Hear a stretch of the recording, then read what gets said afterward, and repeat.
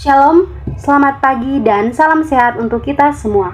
Perkenalkan, kami dari Politeknik Negeri Kupang, jurusan Akuntansi, program studi Diploma 3, kelompok 4. Video presentasi ini dibuat untuk memenuhi mata kuliah pengauditan dengan dosen pengampu Ibu Wilsna Rupilu SE MSA AK dengan topik standar audit dan tanggung jawab auditor.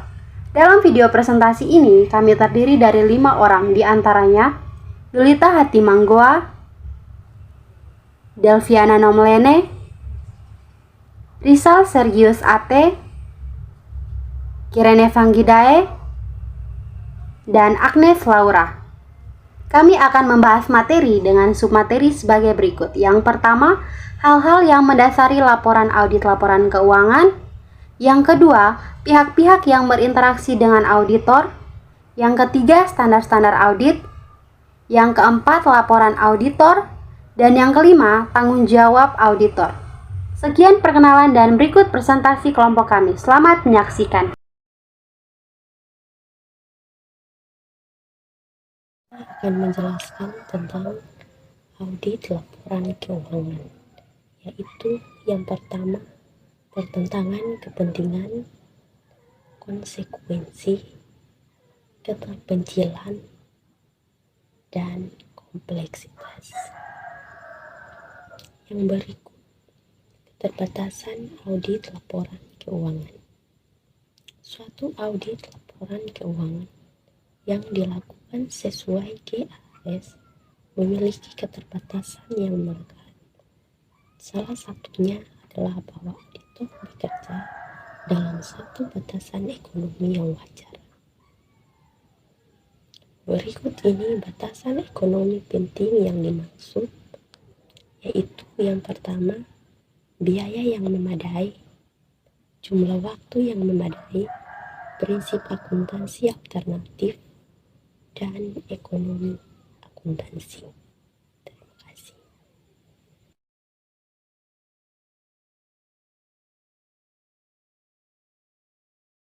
Materi yang kedua yaitu pihak-pihak yang berinteraksi dengan auditor. Dalam audit laporan keuangan, auditor menjalin hubungan profesional dengan 4 kelompok yang penting. Yang pertama, manajemen. Manajemen adalah individu atau kelompok individu dengan tanggung jawab eksekutif untuk melaksanakan operasi entitas. Manajemen mencakup semua individu yang bertanggung jawab atas tata kelola. Oleh karena itu, sangatlah penting auditor untuk menjalin hubungan baik dengan manajemen atas dasar dan saling percaya dan saling menghormati. Bila demikian, auditor akan sulit dilaksanakan. Yang kedua, Dewan Komisaris dan Komite Audit. Dewan Komisaris dan Komite Audit bertindak sebagai penegak antara auditor dan manajemen. Fungsi Dewan dan Komite ini berhubungan langsung dengan akuntan publik.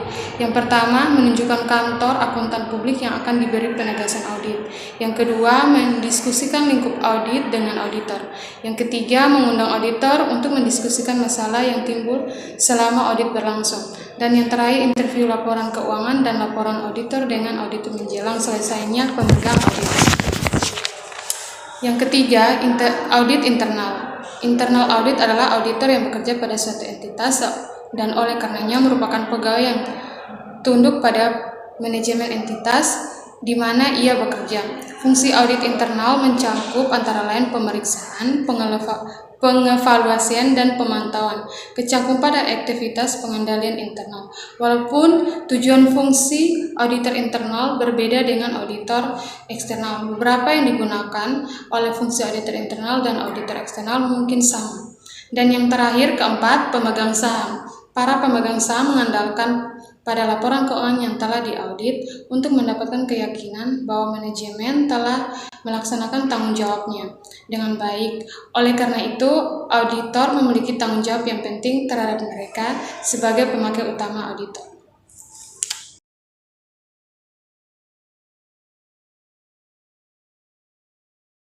Standar audit. Standar audit menjadi dasar dalam pelaksanaan laporan audit. Yang kedua, standar audit juga memberikan jaminan keyakinan akan kualitas jasa audit yang dilakukan oleh auditor. Dalam standar audit sendiri ada beberapa bagian. Yang pertama yaitu standar umum. Standar umum yang pertama yaitu persyaratan umum seorang auditor. Persyaratan umum seorang auditor terdiri dari pendidikan formal sastra S1, dan juga memiliki keahlian dan pelatihan teknis di bagian auditing, juga memiliki pendidikan profesional yang berkelanjutan. Nah, yang kedua yaitu mempunyai kebebasan sikap mental di dalamnya, yaitu independen dalam fakta dan juga independen dalam penampilan.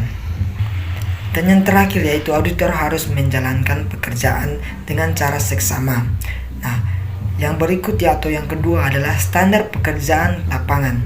Standar pekerjaan lapangan yaitu memberikan pedoman dalam pelaksanaan audit sehingga memberi hasil audit yang berkualitas. Dalam pekerjaan lapangan itu terdapat beberapa bagian, yaitu perencanaan audit. Perencanaan audit yaitu penyusunan strategi menyeluruh dari tindakan-tindakan yang akan dilakukan dalam audit. Yang kedua yaitu supervisi tenaga. Untuk supervisi tenaga sendiri terdapat beberapa bagian, yaitu pengarahan langsung, penggunaan kertas kerja, dan juga review atau penilaian setiap tahap audit.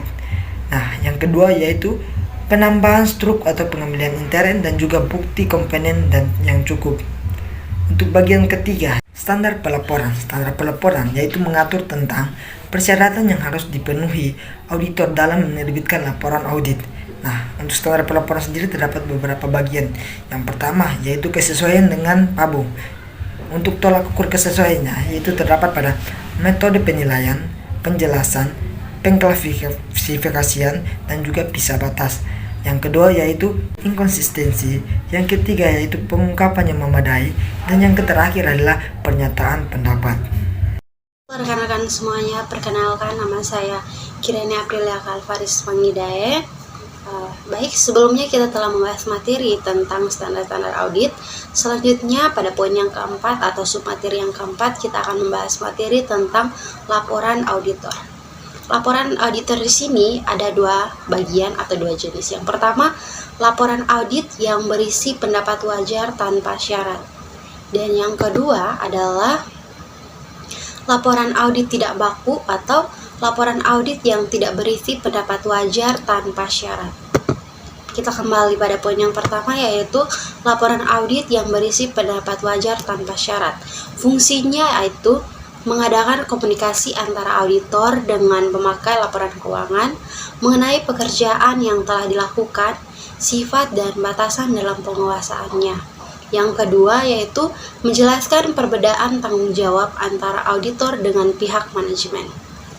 Baik, pada poin yang berikut tentang laporan audit tidak baku atau laporan audit yang tidak berisi pendapat wajar tanpa syarat. Penyebab dikeluarkannya laporan ini yang pertama, auditor ingin menekankan sesuatu hal dalam laporan.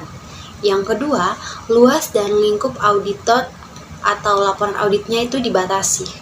Yang ketiga, auditor tidak dapat memperoleh bukti-bukti yang ada pada laporan keuangan tersebut. Yang keempat, laporan keuangan tidak disusun sesuai dengan PABO. Yang kelima, penerapan prinsip akuntansi tidak konsisten. Dan yang keenam adalah adanya ketidakpastian yang luar biasa dalam laporan keuangan tersebut. Dan yang terakhir itu adalah auditor itu sendiri yang tidak independen terhadap pekerjaannya. Mungkin sekian yang dapat saya sampaikan terkait laporan audit. Sekian dan terima kasih. Terima kasih atas waktu yang telah diberikan kepada saya. Perkenalkan, nama saya Agnes Laura. Saya pemateri kelima. Nah, materi yang akan saya jelaskan kali ini adalah tanggung jawab auditor. Tanggung jawab auditor hanya terbatas pada pemberian pendapat atas kewajiban penyajian laporan keuangan. Tanggung jawab auditor timbul jika auditor gagal menemukan kekeliruan, ketidakberesan, atau kecurangan karena kelalaiannya mematuhi norma-norma atau SABU. Yang berikut tanggung jawab auditor untuk mencari dan melaporkan penggelapan. Yang pertama, tanggung jawab untuk mencari penggelapan seperti manipulasi, pemalsuan, perubahan catatan akuntansi atau dokumen yang mendukung laporan keuangan yang dibuat. Yang kedua, tanggung jawab auditor untuk menilai internal control. Jadi di sini saya akan menjelaskan apa yang dimaksud dengan internal control itu sendiri. Internal control dapat diartikan sebagai sebuah peraturan atau aktivitas yang dilakukan dan diimplementasikan oleh sebuah organisasi untuk menjaga integritas informasi keuangan, mempromosikan accountability, dan mencegah penipuan. Terdapat 4 tujuan dari internal control itu sendiri. Yang pertama, untuk menjaga aset organisasi. Yang kedua, untuk menjamin ketepatan dan keandalan dalam pencatatan informasi keuangan. Yang ketiga, untuk memajukan efisiensi operasi organisasi. Dan yang keempat, untuk mengukur kesesuaian dengan kebijakan dan prosedur yang ditentukan oleh manajemen.